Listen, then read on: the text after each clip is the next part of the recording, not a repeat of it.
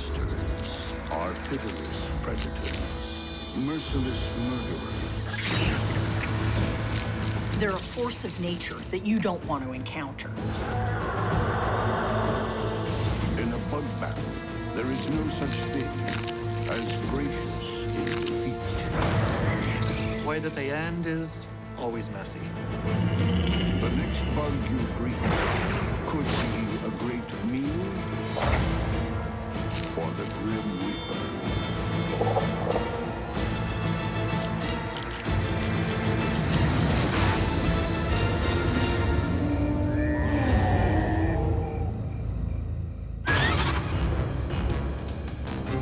When a leafcutter ant soldier engages a speckled house spider, it's power versus patience.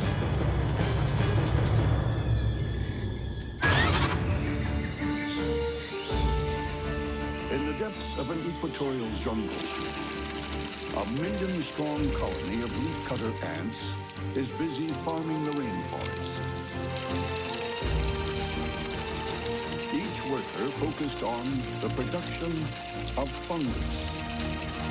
Leafcutter ants are really the farmers of the animal world. They cut vegetation that they then grow fungus on. So the ants actually live off of the fungus, not the plants.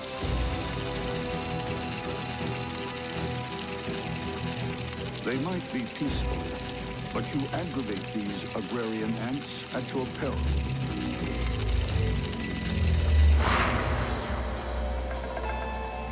At the first sign of trouble, you find yourself face to face with a leafcutter soldier. There's got to be constant guarding of the colony so that they don't get attacked, both foraging lines and the colony itself. You don't mess with a leafcutter ant soldier. These hulking warrior ants dwarf the workers. Their bodies are protected by tough armor. The massive bulbous head supports some of the ant world's most fearsome weapons. Strong, hardened mandibles, powerful enough to pierce human skin, crush and slice.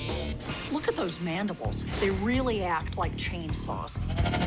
If you want a leaf cut up, you call a worker. If you want another animal cut up, you call the soldier. A party of invading trapjaw ants has ventured too far into leafcutter territory.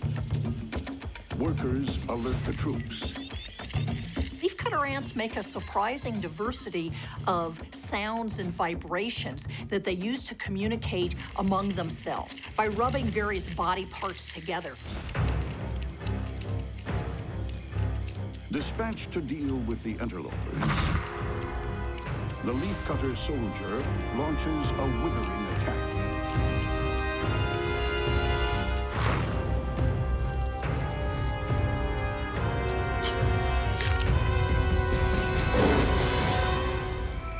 Its enormous mandibles clamp down.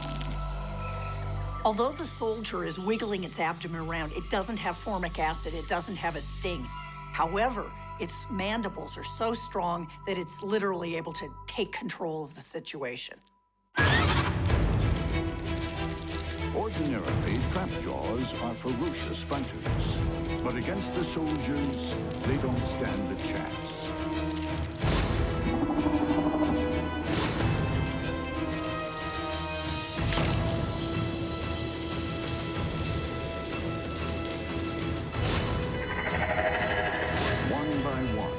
Intruders are systematically torn apart. As you can see, cutting this trapjaw ant in half was no more trouble than the workers cutting leaves in half. Trapjaw body parts litter the leaves. It's an awesome display of brute strength and single-minded savagery.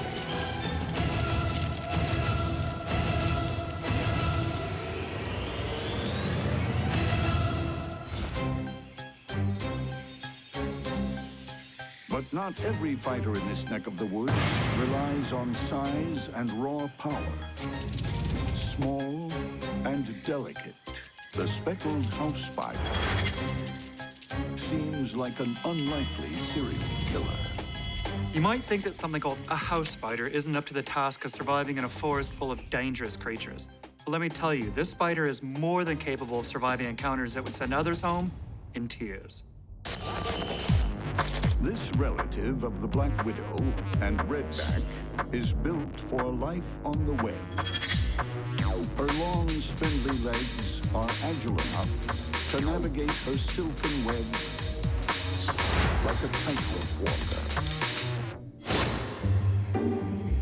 The speckled house spider is a sit-and-wait predator, happy just to hang at home and let her untidy web do all the work. It might look like the result of lousy housekeeping, but that chaotic tangle of lines is actually a very effective way of catching prey. It's extremely strong and also laced with lots of globules of liquid silk, so that anything that ventures onto the web or even brushes a single trip line can quickly find itself entangled and in a fight for its life. Before her next hunt begins, she decides to change for dinner, slipping out of her skin into something more comfortable. The spider's hardened outer skin is literally an external skeleton, and because it doesn't stretch while she grows, she may shed it 5 to 7 times throughout her life. This process is called ecdysiasm. In a lot of ways, it's almost like a rebirth. However, it leaves the spider in a temporarily vulnerable and defenseless position. It will take a while for her new skin to harden, but the speckled house spider had better be ready. The leafcutter ant soldier, fresh from its victory over the trapjaw ant, is on its way.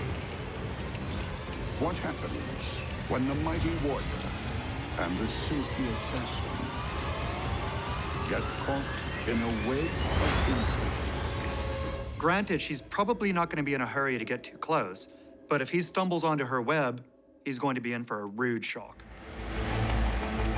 A leafcutter ant soldier, alone on patrol, is just inches away from a speckled house spider's silken trap.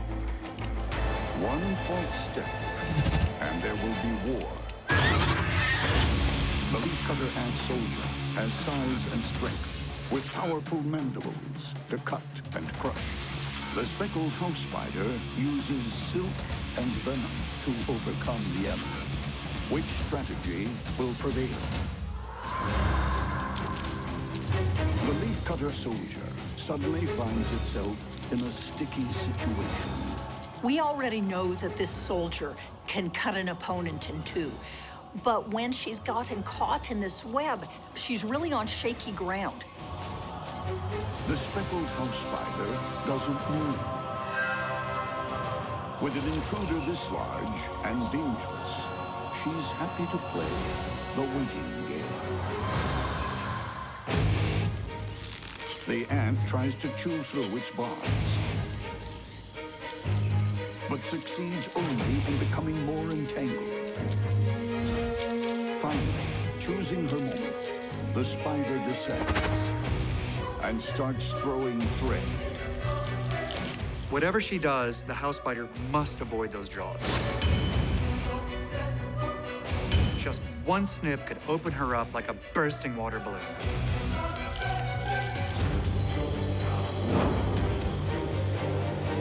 Then, moving incautiously, she delivers a toxic kiss, narrowly avoiding the ant's slashing jaws.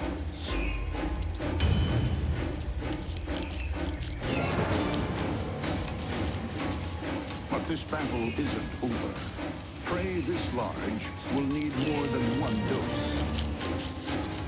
Again and again, the spider dances with death, ducking the gnashing mandibles to inject more venom. She retreats and waits again.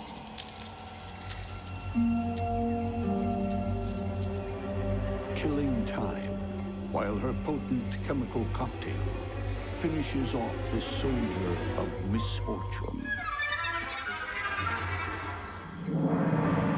In a monster bug war, no matter how formidable your weapons, it pays to fight battles on your home turf. You know, I think this is just a classic case of the bigger they are, the harder they fall. End of story.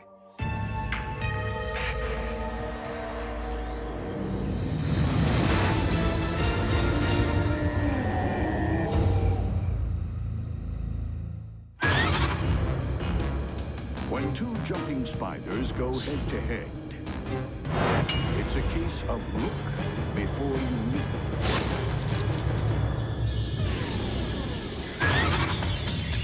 The steamy jungles of Central America are home to more than 5,000 species of jumping spider, each one more striking than the last.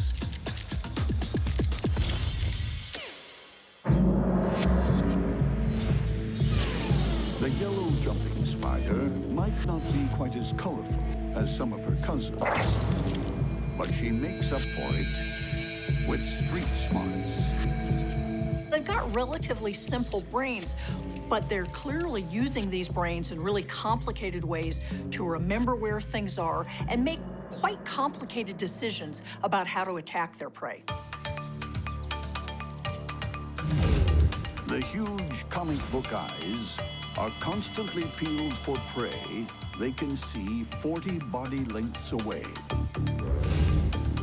And don't think for a second that you can sneak past unnoticed.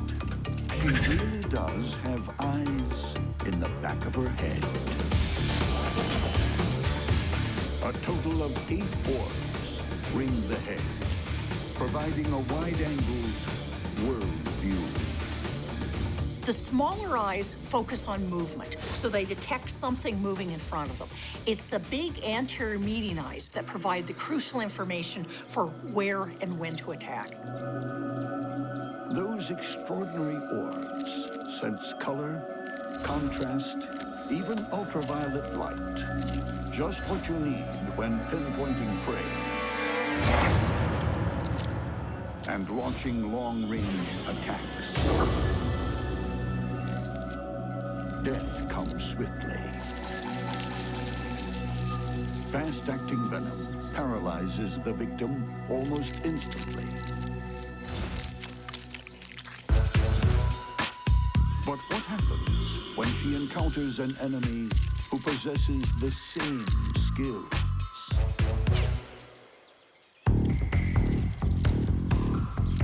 The tiger jumping spider has also earned her stripes as a pouncing predator. She's a polyphagous predator, which means she'll kill and eat pretty much any creature that she can. But some jumping spiders actually prefer spiders over insects, including spiders just like themselves. Squat and compact, the tiger has the perfect build for long-distance leaping, jumping up to 20 body lengths in a single bound on hydraulic legs.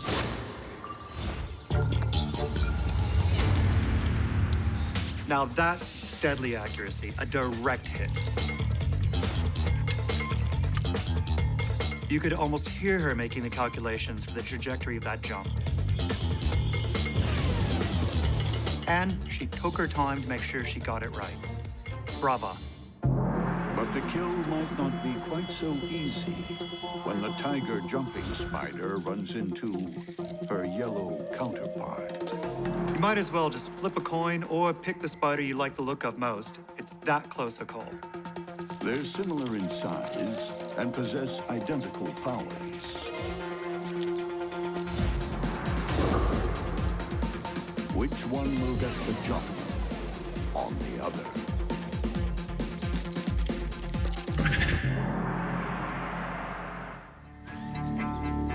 On a rainforest leaf, two jungle gymnasts are about to meet in mortal combat. A yellow jumping spider is prowling for prey. Nearby, a tiger jumping spider will happily make a meal of her close relation.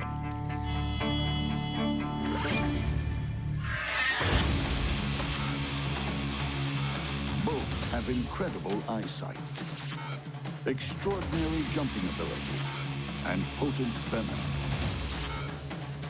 Which one is the faster draw?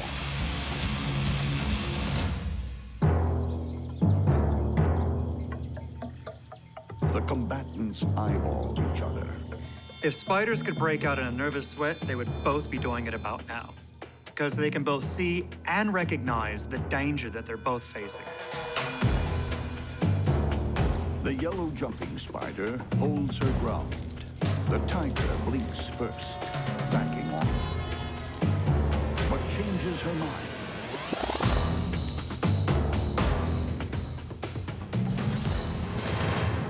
They attack and counterattack.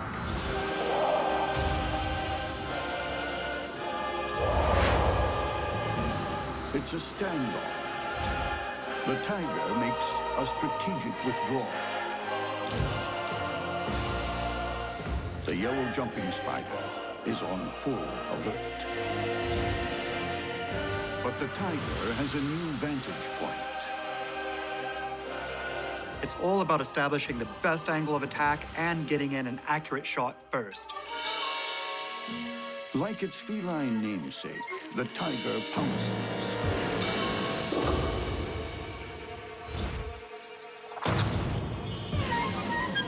Injecting lethal venom.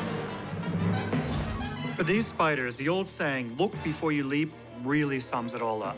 In this particular case, the tiger jumping spider had the best view and the best trajectory, and that proved to be the decisive advantage. Like any tiger in the wild, feeding isn't about dining etiquette. She vomits digestive enzymes into her victim and slurps up the liquidized flesh, leaving the yellow jumping spider very deflated. So much for the sisterhood.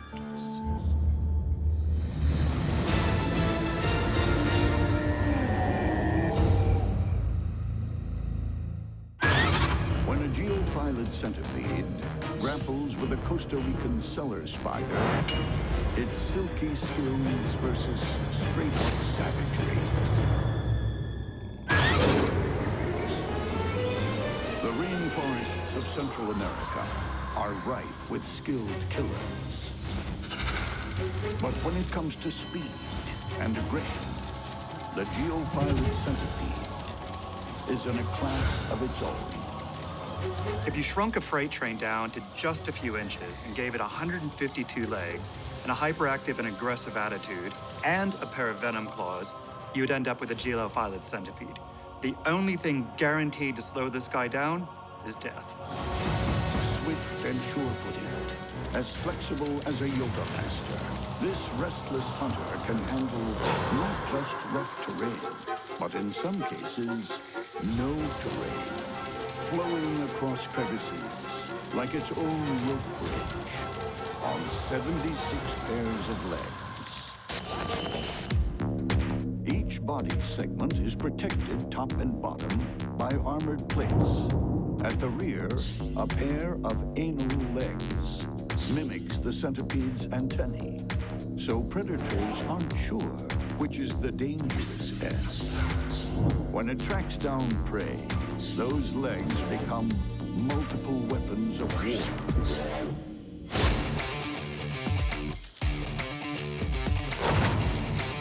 The instant he makes contact with the prey, he wraps as many legs around it as he can and just ties it up. Each one of these legs is tipped with a very sharp claw, so this is like trying to wrestle a snake that's inside of a barbed wire suit.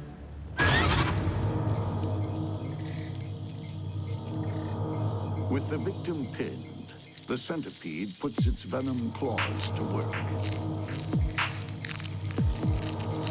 injecting a lethal chemical brew.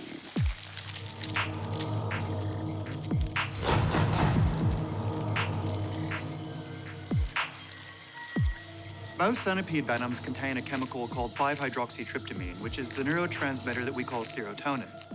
This not only produces pain in the prey, but also increases the absorption of other toxins that break down the cell walls and the tissue. What what the venom doesn't do, the vicious claws finish off. The centipede starts tunneling through the katydid and devours its victim from the inside, right up to the eyeballs. All that's left is a shell, discarded like an empty glove. Nearby, another ruthless hunter is setting her trap. Looking delicate, even frail, the Costa Rican cellar spider is deceptively deadly. Cellar spiders look so delicate, but actually they're really quite tough predators. For this web warrior, being neat isn't a high priority. The cellar spiders build a fairly messy web. They hang upside down in this web, and then they may have lines going down to the ground that are relatively sticky.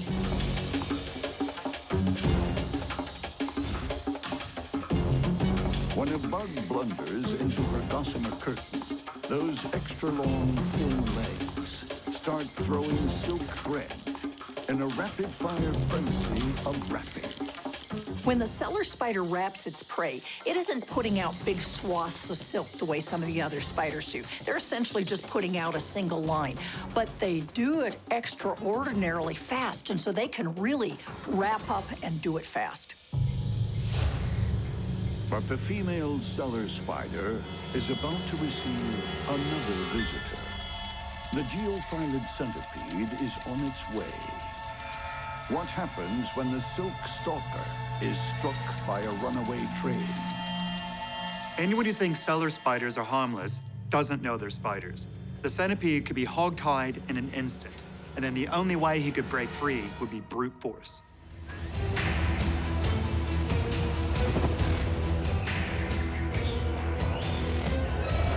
In a Central American rainforest, a hungry Costa Rican cellar spider is desperate to feed. A geophilid centipede is a potential smorgasbord, but it could also make a meal of her. The cellar spider smothers her enemy with silk before delivering a venomous bite. The geophilid centipede uses claw-tipped legs to grip its foe, and venom claws to inject a toxic chemical cocktail. With customary bravado, the centipede hurtles onto the web. That many feet, the odds of getting tangled up are enormous. If he doesn't break free quickly, the web owner will come down and scope him out. The cellar spider reacts instantly, lassoing the intruder with strand after strand of sticky silk. The first thing the centipede would normally do when being overwhelmed by a threat is head for the nearest crevice at high speed. But that's clearly impossible to do when you're being wound up with thread after thread of super sticky spider silk. The trapped centipede lashes about like a demented garden hose, trying to score a direct hit with its deadly venom claws. But the spider is always just out of range. This is where silk wrapping with these incredibly long legs comes in handy. She cannot get too close to that centipede. The way she is wrapping is amazing. Look at how fast this is. The cellar spider goes into overdrive. Her legs are a blur as she throws silk at a rate of 6 loops per second. But the centipede is just as quick to break the ties that bind. This is an epic fight back. If he can get those venom claws into the spider, just one bite would be enough to turn this fight upside down. The spider sneaks in several bites, but her venom is relatively weak and slow-acting. But eventually, with her victim's head pinned and its body twisted like a pretzel, The spider seems to have won. But like a horror movie monster, the centipede suddenly breaks free once more. This is amazingly risky business with this centipede getting its head free all of the time. She's putting out an enormous amount of silk. At some point, she's going to run out of the silk that she has available. Her silk stores are used up. The spider is throwing thin air, and the centipede's head is still free. In desperation, she dispenses her few remaining drops of venom. The centipede may have finally succumbed, but talk about combat endurance. He made the spider use every last inch of its silk, every last drop of its venom, and every last bit of its energy. He won't be remembered as a wimp. It's been an epic battle.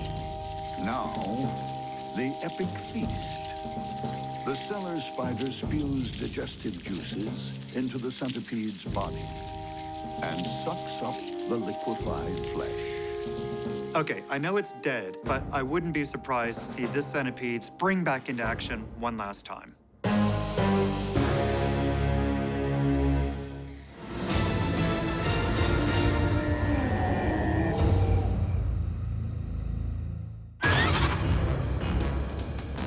When an orange-mouthed tarantula and a scarlet-mouthed katydid cross paths, neither is nice.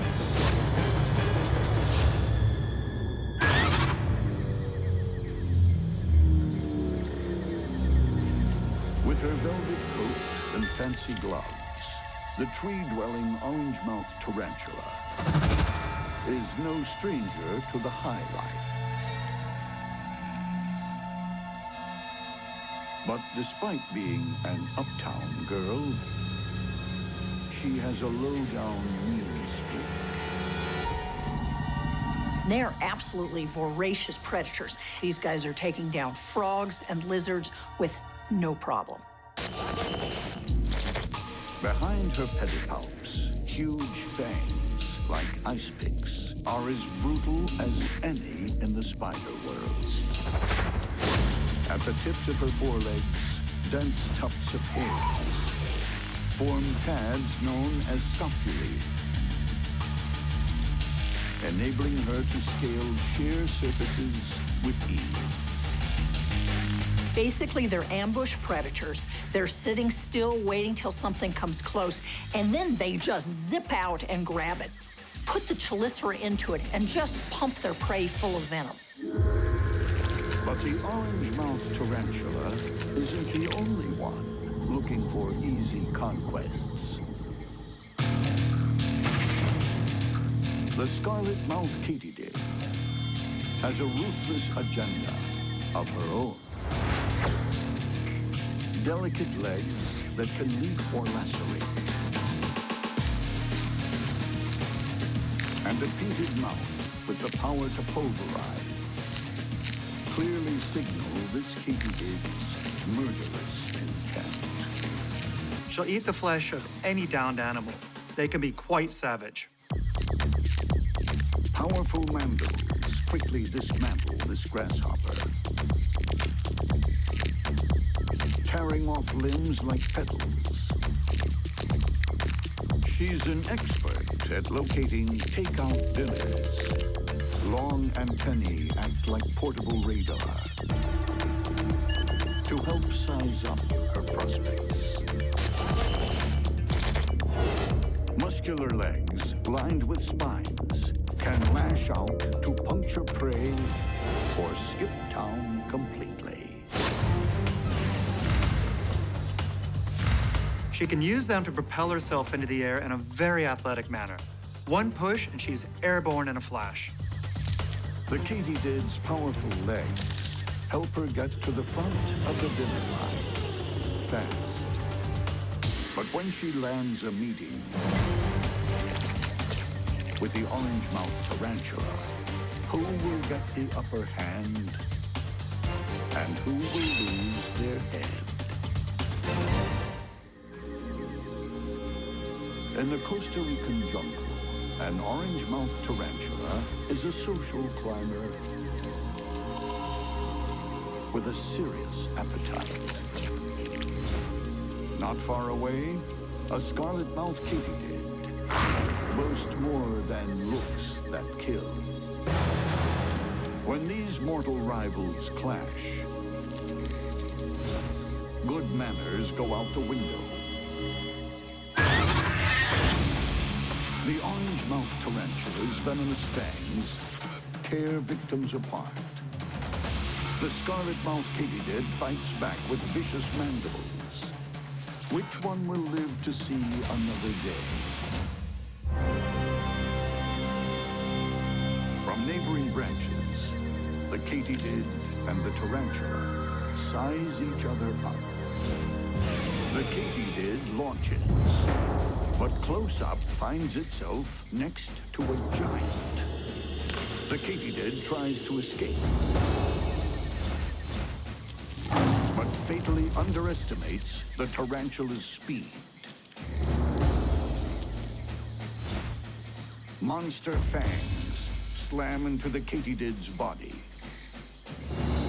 This tarantula's bite has caused a ridiculous amount of damage very, very fast.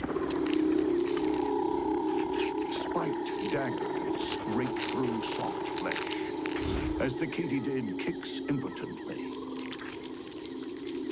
She's just grinding away with these toothed chelicera and basically turning this katydid into soup.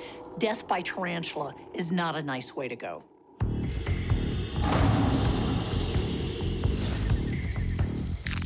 The katydid isn't going without a fight. But she's locked in a spider death hold. The orange-mouthed tarantula puts the fight beyond doubt.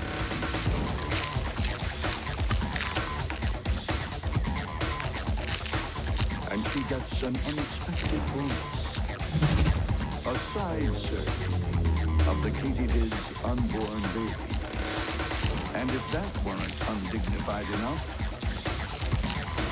she silk wraps the scarlet mouth, so her meal stays in one piece while she slips it down.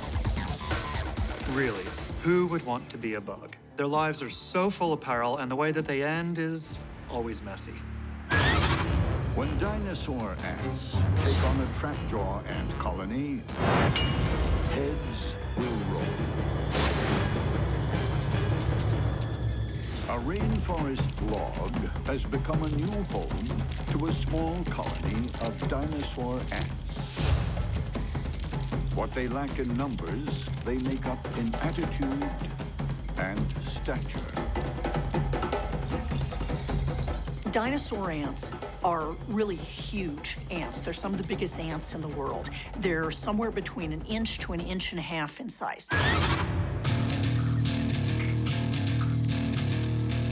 Those dinosaur-sized mandibles are just as adept at fetching and carrying nectar droplets as they are at gripping, stripping, and shredding their prey.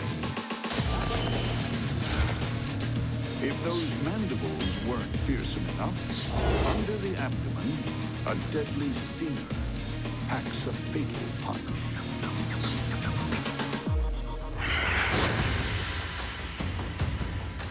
A katydid unwisely ventures into the neighborhood. In dinosaur territory, trespassers aren't prosecuted. They're dismembered.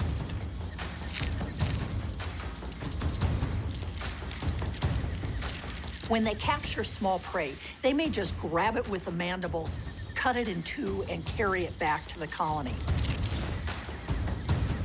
These ruthless raiders will protect their colony against all comers. They may need to. A few feet below, a colony of trapjaw ants moves in. Construction of a new nest is underway. Prolific workers, strong in numbers, trapjaw ants run a ruthlessly efficient killing machine. A passing spider is carved up and carted off to feed the colony's hungry larvae. These trapjaws are proficient builders one minute, brutal butchers the next.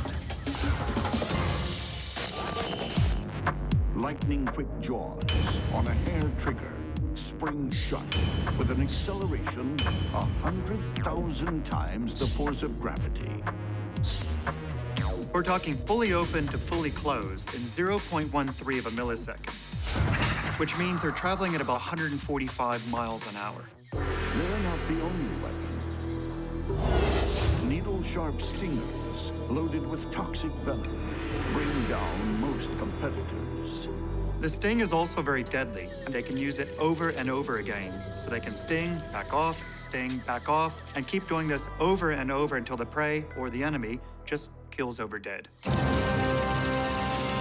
trapjaws are the neighbors from hell, and the dinosaur ants want them gone. Before the day's end, there will be war. On a Costa Rican jungle floor, enterprising trapjaw ants are intent on building a new home. Up above, resident dinosaur ants resent the intruders. They're about to declare war. With their dominant size and vicious bite, dinosaur ants break competitors with ease. But the team spirit and cutthroat tactics of the trapjaws could overcome their enemy. Both of the ant species are very capable fighters, and they're both armed to the hilt. No matter what happens, there's going to be mass casualties, and it's anyone's guess who will back down first. A dinosaur ant scout scopes out the enemy. It's intercepted by a forward party of fighting trapjaw ants. But the dinosaur's sheer size and huge mandibles win this skirmish. Dinosaur ant reinforcements arrive. It's clear that they've decided that offense is the best strategy in this situation. They might end up regretting it, but the battle is on. Angry trapjaws swarm the newcomers, hacking and spearing.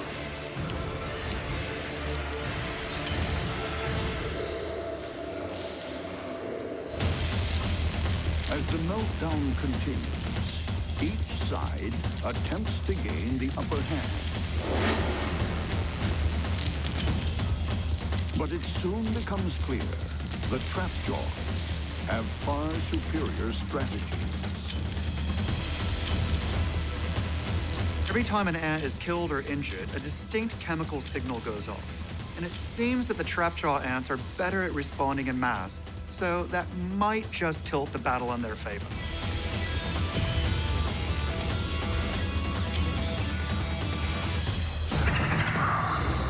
The conflict escalates. And the corpses pile up in both camps. But the trapjaws have the numbers.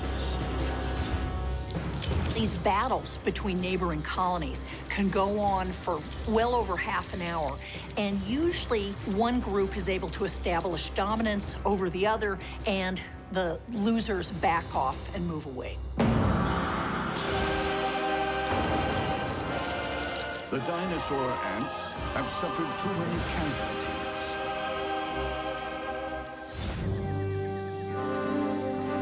They're a small colony. To fight on would be fruitless. The dinosaur ants retreat to their log to lick their wounds. And in the ceasefire, the trapjaws turn their weapons of war back into tools of the trade and resume their building. The neighbors from hell are here to stay.